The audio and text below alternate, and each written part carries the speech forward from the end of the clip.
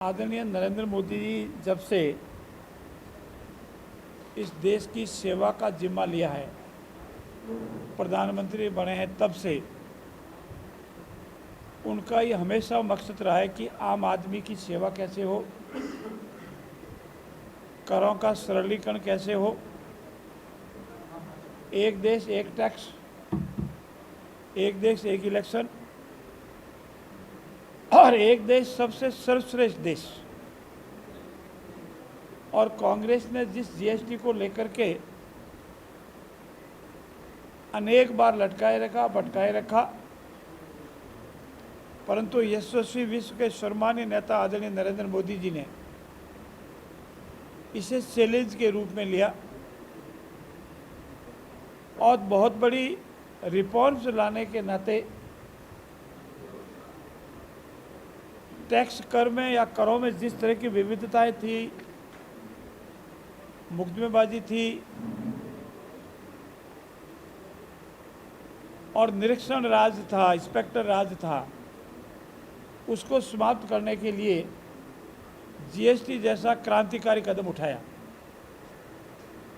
प्रारंभ में अनेक लोगों को लगता होगा कि नहीं, ये ठीक नहीं है, कैसे होगा, लेकिन कुछ समय के अंतराल के बाद धीरे धीरे जब ये टैक्स का सरलीकरण हुआ, जीएसटी लगी, व्यापारियों ने, उद्यमियों ने इसे समझा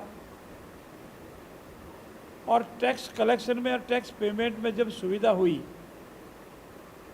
और टैक्स कलेक्शन का रिकॉर्ड बढ़ा, तो लोगों को पता लगा कि जीएसटी हमारे देश के आर्थिक विकास के लिए बहुत ही जरूरी है। अनेक प्रकार की जो स्टेटों को टैक्स लगाने का अधिकार था, टैक्स लगाते थे, विविधताएं होती थी, मुकदमेबाजी होती थी और हम लोग प्रत्येक साक्षी है कि विभिन्न माननीय उच्च न्यायालयों में, सर्वोच्च न्यायालयों में टैक्स कर से संबंधित अनेक प्रकरण लंबित रहते थे। टैक्स बोर्ड में अनेक मुकदमे होते थे, उन सब का धीरे धीरे पटाफेक्स हुआ और इतनी बड़ी राशि जीएसटी टैक्स के मार्फत प्राप्त होने लगी, जिससे प्रदेशों को भी अपना हिस्सा मिला और उसके कारण प्रदेशों की आर्थिक स्थिति में भी सुधार हुआ।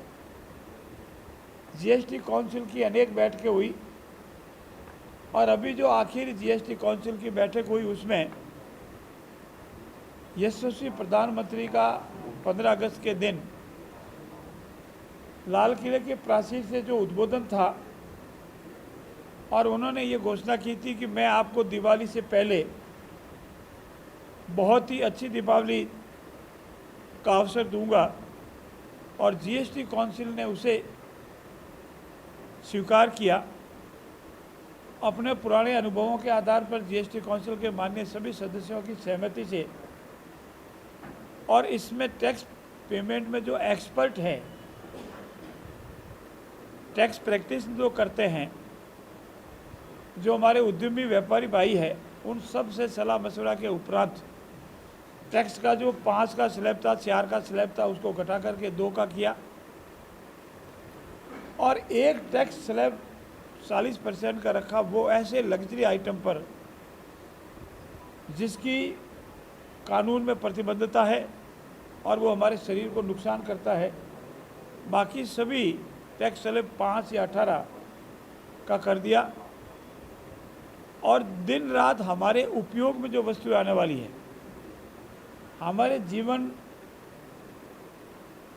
के दौरान अगर हमारे शरीर में कोई व्याधि आ जावे और उसमें हम दवाई या और उपकरणों की जरूरत पड़े मेडिकल साइंस में, तो उसके संबंध में हो, किसान हो, घर में काम करने वाले घरेलू महिला हो, माँ हो, बहन हो,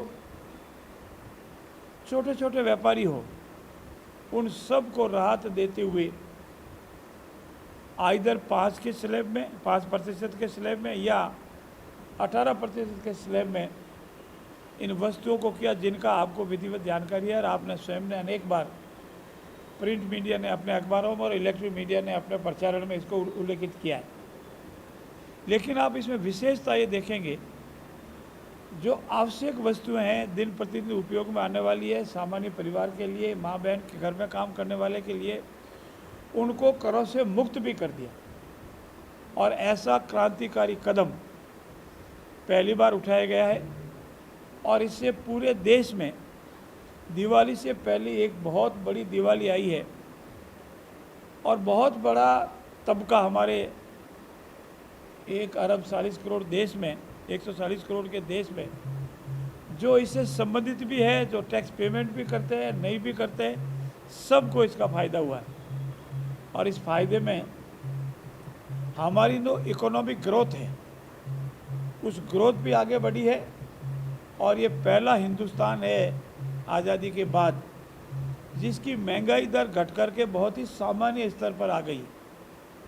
हमारी जीडीपी बढ़ी है और हमारे देश का जो आर्थिक ग्रोथ है, हम विश्व में सभी इकोनॉमिस्ट हैं, इसमें एक्सपर्ट है, जो बड़े बड़े विकसित देश हैं, उनकी आर्थिक हालात में वो सुधार नहीं हुआ जो हिंदुस्तान में हुआ है। बड़े बड़े देश चाहे अमेरिका गिन लो, फ्रांस गिन लो, जर्मनी जापान गिन लो, चाइना गिन लो, उनकी इकोनॉमिक ग्रोथ और हमारे इकोनॉमिक ग्रोथ में आप कंपेयर करेंगे तो आप पाएंगे कि हिंदुस्तान की धीरे धीरे इकोनॉमिक ग्रोथ बहुत ही स्ट्रांग हो रही है। और विकसित राष्ट्रों की श्रेणी में आज हिंदुस्तान 5वें नंबर पर है। जो कभी हमारे आदरणीय नरेंद्र मोदी जी ने जब ये दायित्व संभाला था, उनको सेवा का अवसर मिला था और प्रधानमंत्री के रूप में शपथ ली थी, जो 11वें 14वें स्थान पर थे, आज हम 5वें स्थान पर आ गए, अब 4थे स्थान पर आ गए हैं। और हमारा संकल्प है कि विकसित भारत की परिकल्पना जब पूरी होगी, हमारा अमृतकाल 2047 में जब पूरा होगा, तो विश्व की सर्वश्रेष्ठ अर्थव्यवस्थाओं वाले देश में हम तीसरे, और प्रभु से प्रार्थना करता हूं कि उससे भी अधिक आर्थिक व्यवस्था वाला हमारा हिंदुस्तान बनेगा, जिस पे हम सबको गर्व होगा। मित्रों, ये टैक्स रिफॉर्म आम आदमी के लिए होता है और सरकार के लिए भी होता है। इसी टैक्स रिफॉर्म के आधार पर सरकार को आमदनी होती है और सरकार जो सर्विसें प्रोवाइड करती है, बिजली, पानी, सड़क, अस्पताल, स्कूल, वो इस टैक्स से प्राप्त राशि की खर्च कर हमारी सेवाएं हमको प्रदान करती है।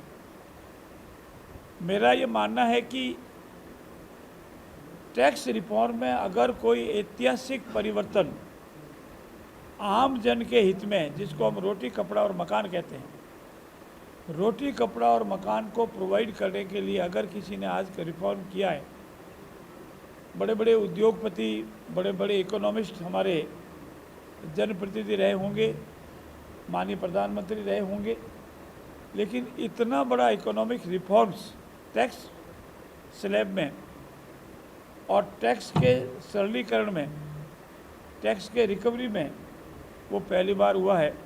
और जीएसटी कलेक्शन के जब हम आंकड़े देखते हैं तो हमारा सीना गर्व से फूल जाता है। मित्रों, ये हमारा जो मोदी जी का विजन है, नेक्स्ट जनरेशन जीएसटी, और ये नेक्स्ट जनरेशन जीएसटी के आधार पर उन्होंने जो क्रांतिकारी परिवर्तन लाया है, उसके लिए हम सब आज जयपुर ज़िले के, हमारे सभी राजस्थान के निवासी, जयपुर ज़िले के निवासी और हमारा दल के लोग आदरणीय प्रधानमंत्री जी का और आदरणीय वित्त मंत्री जी का बहुत बहुत आभार व्यक्त करते हैं। और मैं तो जीएसटी काउंसिल के माननीय सभी सदस्यों का भी आभार व्यक्त करता हूं कि उन्होंने इस क्रांतिकारी रिफॉर्म में अपना सहयोग दिया। मित्रों, इतना ही नहीं, ये विलासयात्री को सीटों पर टैक्स लगाना और आम उपयोगी सीटों पर टैक्स खत्म करना, ये दर्शाता है कि हमारे प्रधानमंत्री जी का विजन क्या है। वो टैक्स उस पर भी कम कर सकते थे, 5 का स्लैब सभी वस्तुओं पर रख सकते थे, लेकिन जो आम उपयोग में घरेलू चीज़ें कमाती, दवाइयाँ हैं, उपकरण हैं, उनमें टैक्स से मुक्त किया। और जो सामान्य परिवार जो वस्तुएं उपयोग में लेते हैं उनका 5%, और जो अधिक विलासिता की जिसकी वाला है उसमें 18%, और जो जन उपयोगी नहीं है शरीर को नुकसान करती है। सरकार जिन वस्तुओं को प्रतिबंध करती है उन पर 40% का टैक्स लगाकर उन्होंने अपने विजन को स्पष्ट कर दिया है। मैं पुनः आपकी ओर से उनका बहुत बहुत आभार व्यक्त करता हूँ, धन्यवाद भी देता हूँ और ये निवेदन भी करता हूँ कि इस टैक्स स्लैब के बाद एक क्रांतिकारी कदम हमारी इकोनॉमी में आएगा और उसका परिणाम आने वाली दीपावली के बाद जब ये धीरे धीरे समय ज्यों गुजरेगा त्यों त्यों इसका फायदा आम जन को मिलेगा। धन्यवाद। सर, आप जीएसटी के फायदे गिना रहे हैं। राजस्थान में जो आरजीएचएस के दायरे में आने वाले 40 लाख लाभार्थी हैं उनको दवाई नहीं मिल पा रही है। दुकानदार ये कह रहे हैं कि हमको सरकार से पेमेंट नहीं मिल रहा, हमारा बिल अटका पड़ा हुआ है। वो लोगों को दवाई दे नहीं रहे हैं। 40 लाख लोग प्रभावित हैं। 2021 में बदलाव किया गया था। आपका कथन उस हद तक सही है, लेकिन इसमें जो सुधार हुए हैं, हमारे हेल्थ मिनिस्टर ने इसमें जो अभी 5-7 दिन पहले, उससे 1-2 दिन ज़्यादा आगे उसने जो स्टेटमेंट दिया, जो आंकड़े दिए, इसमें मात्र उन अस्पतालों के जिनका विवाद है या जिनका कोई डिस्प्यूट है, जिनके ऊपर आरोप है, बकाया सारे का पेमेंट हो रहा है। अगर इसमें कोई डिफ़िकल्टी है तो भी हम इसका दिखवा करके जो वाजिब भुगतान है ये आरटीएस हमारा चले, आम आदमी को इसका फ़ायदा मिले, इस पर हमारा संकल्प है, कमिटमेंट है और इसको पूरा करेंगे।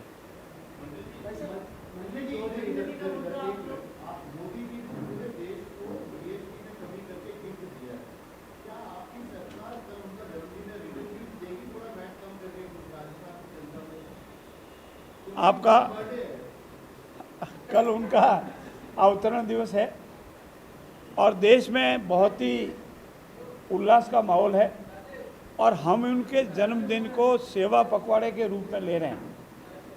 आदरणीय नरेंद्र मोदी जी इतनी बड़ी हैसियत है, इतनी बड़ी शख्सियत है, को विश्व के सर्वमान्य नेता है और आपने जो सुझाव दिया है सरकार इस पर विचार करेगी, लेकिन हम उनका रिटर्न गिफ्ट इससे टैक्स स्लैब के नहीं, हम सेवा पखवाड़ा जनता की सेवा करके 15 दिन 2 अक्टूबर तक, जिस दिन हमारे देश के ऐसे प्रधानमंत्री जिन्होंने एक संदेश दिया था और हमारे देश के ऐसे नेता महात्मा गांधी जी और लाल बहादुर शास्त्री का जो जन्मदिन है, जिन्होंने जय जवान जय किसान का नारा दिया था, उनका जन्मदिन है और जिनके जन्मदिन पर हम तब से लगाकर कल से लगाकर 2 अक्टूबर तक सेवा पखवाड़े के रूप में बनाएंगे, आम आदमी के बीच में जाएंगे और आम आदमी को क्या ज़रूरत है, दवाई, पानी, सड़क, बिजली सेवा, ब्लड डोनेशन, सफाई, इन सब को लेकर के मोदी जी को रिटर्न गिफ्ट देंगे कि हम आपके जो विजन है उस पर खरा उतरने का पूरा प्रयास कर रहे हैं।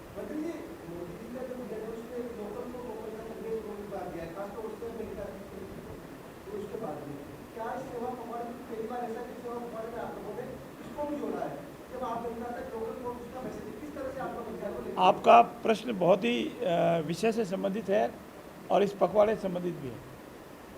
हमारा प्रारंभ से ही संकल्प रहा है कि स्वदेशी को अपनाओ और परदेशी और विदेशी को त्यागो, और यही वोकल फॉर लोकल है।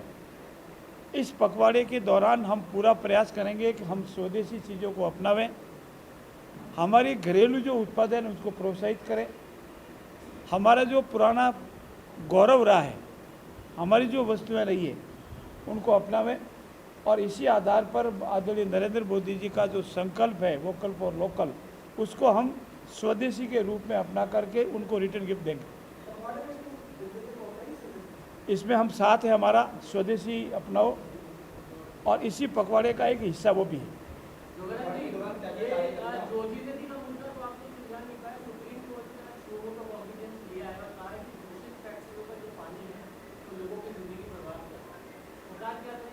आपका कथन सही हो सकता है, सही है भी, दोनों ही बातें हैं। जोजरी नदी हो, लूणी नदी हो, राजस्थान की अन्य कोई नदी हो, जो उसमें प्रदूषित पानी बहता है ये गलत है। इससे ज़मीन खराब होती है, पशु पक्षी के साथ बहुत अन्याय होता है, नुकसान होता है उनका, और आम आदमी भी उससे बहुत परेशान होता है। जोजरी नदी के लिए और लूणी नदी के लिए सरकार बहुत ही गंभीर है और केंद्र सरकार और राजस्थान सरकार दोनों पूर्ण रूप से प्रयास कर रही है। इसी गत बजट में 172 करोड़ रुपए जोजनी नदी में प्रदूषित पानी नहीं जावे इसके लिए कार्रवाई की है और वो धरातल पर आने भी लगा। अभी तक धरातल हमारा टेंडर स्टेज पे है। जब भी ये कार्य पूर्ण हो जाएगा उसके बाद जोजनी में प्रदूषित पानी नहीं जाएगा। लेकिन आज की तारीख में जितना पानी जा रहा है हम उसको गंभीरता से ले लें। सरकार बहुत ही गंभीर है, कोशिश कर रही है कि आम जन को इससे कम से कम तकलीफ हो। ये एक दिन का कार्य नहीं है, ये एक दिन में पैदा हुई समस्या नहीं है, लंबे समय से ये समस्या है। इसका समाधान हम अवश्य करेंगे। माननीय सर्वोच्च न्यायालय ने जो संज्ञान लिया है उस पर सरकार माननीय सर्वोच्च न्यायालय जो भी निर्देश देगी उसकी पालना करेगी। देखो, लूणी नदी के लिए भी माननीय राजस्थान उच्च न्यायालय ने सर्वोच्च न्यायालय ने अनेक बार निर्णय दिए हैं, उसकी पूरी पालना करेगी। माननीय सर्वोच्च न्यायालय का भी मकसद यही है कि पोल्यूटेड वाटर, गंदा पानी, दूषित पानी नदियों में नहीं जावे और सरकार भी इस पर कृत संकल्प है कि दूषित पानी नदियों में नहीं जावे। हम पूरा प्रयास करें, ट्रीटमेंट प्लांट लग रहे हैं और जो फैक्ट्रियाँ अवैध रूप से ऐसे पानी को छोड़ रही उसको हमने तोड़ा है, बिजली कनेक्शन काटा है, पाबंद किया है। हर तरह का प्रयास हम कर रहे हैं कि इन नदियों में प्रदूषित पानी नहीं जावे, साफ पानी जावे, आम आदमी को इससे तकलीफ नहीं। बहुत बहुत धन्यवाद सबका। हाँ हाँ, बोलो बोलो।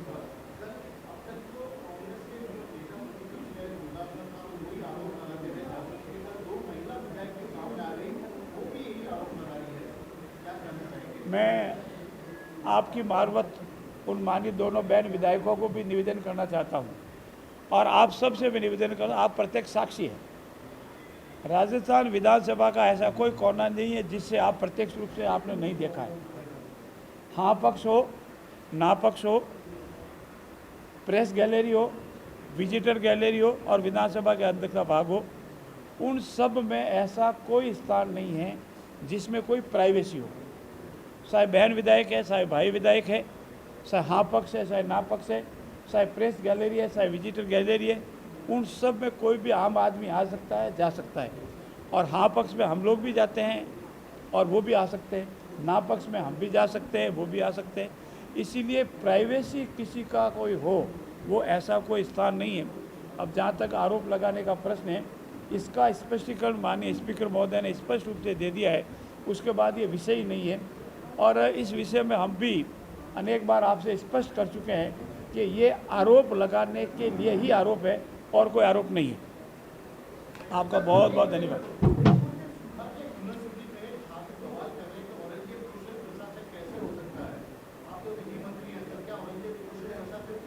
औरंगजेब कुशल प्रसाद था गया।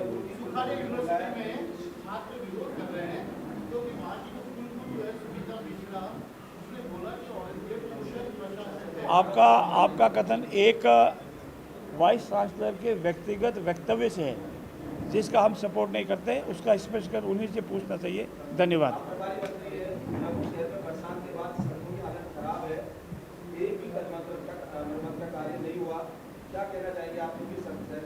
बिल्कुल सही बात फरमाया आपने। अभी बरसात का सीज़न पूरा गया नहीं है और बरसात के सीज़न में डंबर की सड़क या सीसी सड़क बनाने में तकलीफ रहती है, लेकिन मैं आपको विश्वास दिलाता हूँ आने वाली दीपावली से पहले हम पूरा प्रयास करेंगे कि जयपुर शहर की सभी मुख्य सड़कें, आमजन को उपयोग में आने वाली सड़कें, जहाँ नई बनानी उसका नई, जहाँ रिपेयर करनी वहाँ रिपेयरी, जिनका पैस करना पैस, और जयपुर शहर एकदम क्लीन रहे, ग्रीन रहे, इसका पूरा प्रयास करेंगे क्योंकि हमारी पहचान है। ये सबसे बड़ा हमारा शहर है और दिल्ली का अल्टरनेटिव है, इसलिए इसको पूरा ठीक करेंगे। बहुत बहुत धन्यवाद।